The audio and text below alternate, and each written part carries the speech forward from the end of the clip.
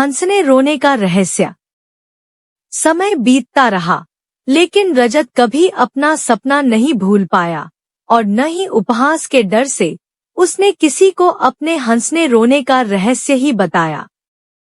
एक दिन चौपाल पर कुछ युवक राजा द्वारा की गई घोषणा की चर्चा कर रहे थे।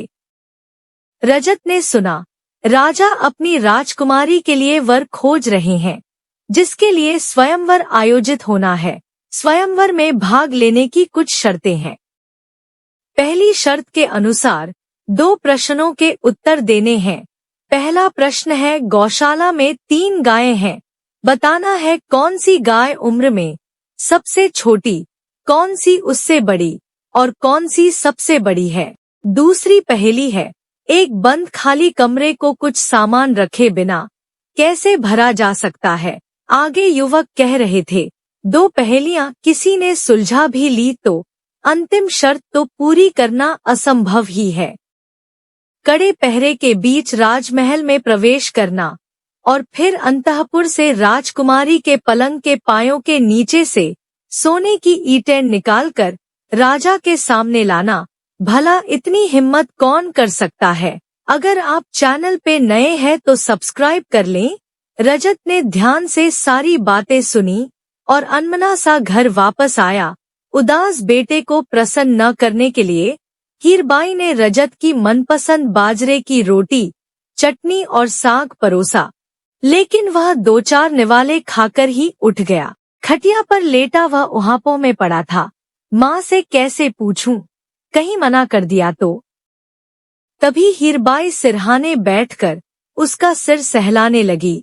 अचानक रजत को अपना सपना याद आ गया और वह हंसने लगा, लेकिन माँ खुश होती इसके पहले ही वह रोने लगा। उस दिन हीरबाई ने कारण जानने की जिद कर ली। रजत उदास स्वर में बोला, राजा की घोषणा को तू जानती है, मैं भी दरबार में जाकर अपना भाग्य आजमाना चाहता हूँ, तू मुझे जाने देगी? हीरबाई बोली, मुझे तुझ पर पूरा विश्वास है, तू जा। अगले दिन रजत राजा के दरबार में पहुंचा। राजा चिंतित थे। स्वयंवर के लिए उनकी शर्तें शायद कुछ अधिक ही कठिन थी। अभी तक कोई युवक सफल नहीं हो पाया था। रजत की वेशभूषा उन्हें अजीब लगी। फिर भी कुछ सोचकर उन्होंने उसे गौशाला में भेज दिया, जहां 3 गायें थी। रजत ने राजा से गायों को 2-3 दिनों तक अपनी देख रेख में रखने की अनुमति ली। उसने गायों को 2 दिनों तक भूखा रखा। तीसरे दिन मैदान में घास का ढेर रखा और उसे चारों ओर से बांस और रस्सी से घेरकर थोड़ा ऊंचा बाड़ा बना दिया। फिर वह गायों को ले आया। एक ही छलांग में घास तक पहुंचने वाली गाय उम्र में सबसे छोटी थी। कई बार उछलने की कोशिश के बाद पहुंचने वाली गाय उससे बड़ी और गिरते पड़ते किसी तरह पहुंचने वाली बूढ़ी गाय थी। रजत के उत्तर से राजा संतुष्ट हुए। दूसरी पहेली सुलझाने के लिए रजत राजा से कुछ समय लेकर घर आ गया। उसकी समझ में नहीं आ रहा था कि बिना कुछ रखे खाली कमरे को भला कैसे भरा जा सकता है। सोचते सोचते एक सुबह अचानक उसे इसका भी हल मिल गया। वह राजा के दरबार में पहुंचा। राजा उसे बंद खाली कमरे में ले गए। रजत ने कमरे की सारी बंद खिड़कियां और दरवाजे खोल दिए। कमरा सूर्य के प्रकाश से पूरी तरह से भर गया। राजा रजत की बुद्धिमानी से चकित थे। उन्होंने उसे तीसरी शर्त पूरी करने के लिए कहा। कुछ दिनों की मोहलत लेकर वह फिर घर लौट आया। माँ के साथ मिलकर तरकीबें सोचता रहा। हीरबाई अपने बेटे के लिए चिंतित हो रही थी, लेकिन रजत ने हार नहीं मानी।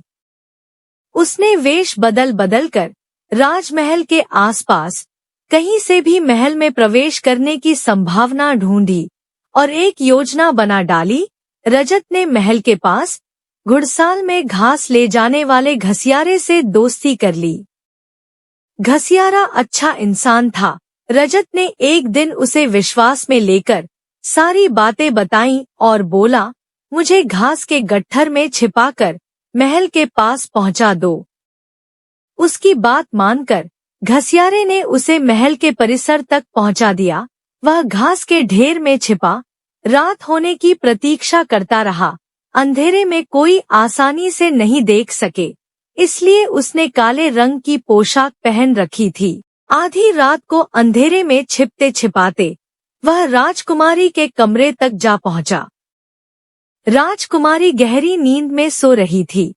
पलंग के चारों पायों के नीचे सोने की ईंटें अंधेरे में भी चमक रही थी। उसने धीरे से राजकुमारी को जगाया। काली आकृति देखकर वह डर गई।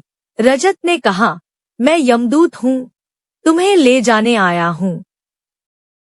राजकुमारी डरते डरते बोली, मेरा विवाह होने वाला है, मैं जीना चाहती हूँ, मुझे छोड़ दो। रजत ने कहा, मैं तुम्हें छोड़ दूं तो यमराज दूसरे दूत को भेजेंगे, वह तुम्हें ले जाएगा।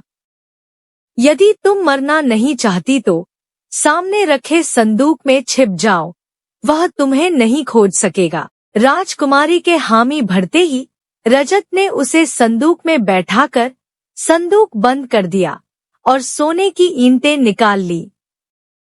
संदूक में बैठी राजकुमारी की नींद अब पूरी तरह से खुल चुकी थी।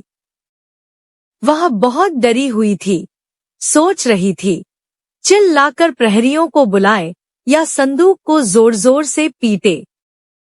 तभी मन में बिजली सा एक विचार कौंधा, कहीं यह वही नवयुवक तो नहीं जिसकी बुद्धिमानी की प्रशंसा पिताजी कर रहे थे। इसने 2 शर्तें पूरी कर ली हैं और शायद तीसरी पूरी करने आया है। अपने को यमराज बताकर तो इसने मुझे नींद में डरा ही दिया था। यह तो मेरा होने वाला पति है। राजकुमारी सांस रोके चुपचाप बैठी रही। सोचने लगी, असली बहादुरी, हिम्मत और बुद्धि की परख तो तब होगी जब यह ईंटें लेकर सुरक्षित महल से निकल जाएगा। देखूं क्या करता है। अब रजत दबे पांव राजा के कमरे में पहुंचा।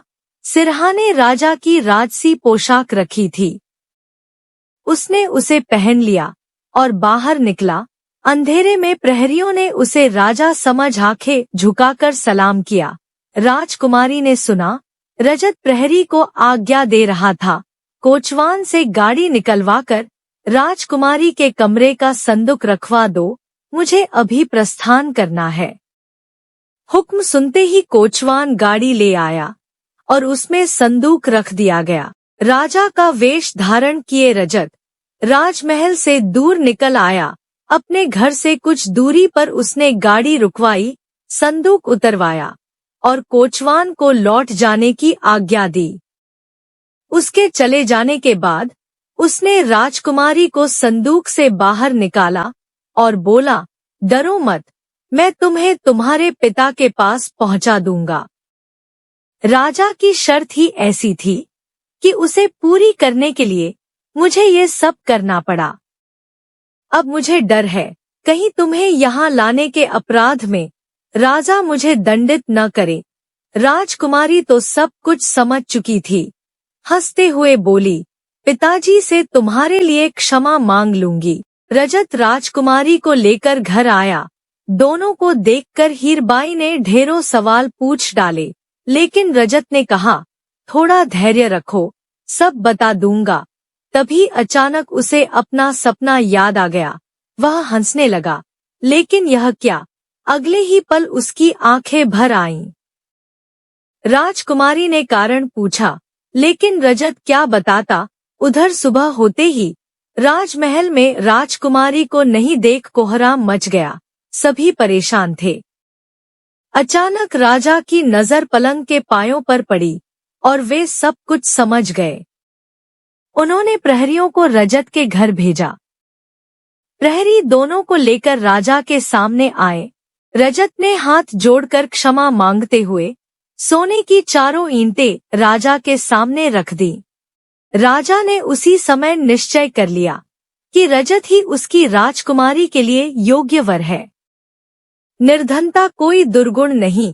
रजत ने अपनी हिम्मत, बहादुरी, बुद्धि और शराफत से स्वयं को असाधारण सिद्ध कर दिया था।